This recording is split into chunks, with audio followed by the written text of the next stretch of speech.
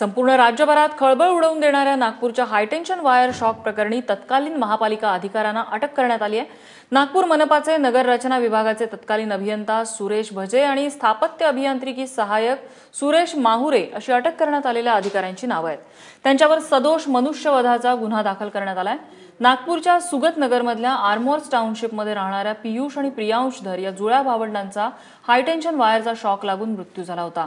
ABP माझाने हे प्रकरण उचलून धरल्यानंतर टाउनशिप उभारणाऱ्या बिल्डरवर कारवाई करण्यात आली। मात्र टाउनशिपला परवानगी देणाऱ्या महापालिका अधिकाऱ्यांवर कारवाई करण्याची मागणी होत होती। त्यानुसार भजे आणि माहुरे या दोघांनाही अटक करण्यात आली आहे। सुरुवातीला ती जी बिल्डिंग बांधली गेली त्याचा तो बिल्डर जो आहे त्या बिल्डरला आम्ही अटक केलेली आहे।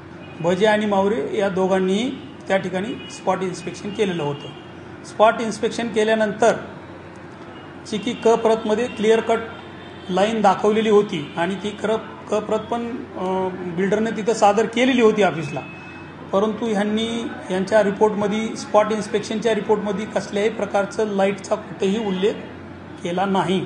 सदोष मनुष्यवधाचाच गुन्हा यामध्ये रजिस्टर्ड केलेला आहे। बिल्डरवर जो आहे तोच यांच्यावर पण आम्ही कलम लावलेला आहे 304E।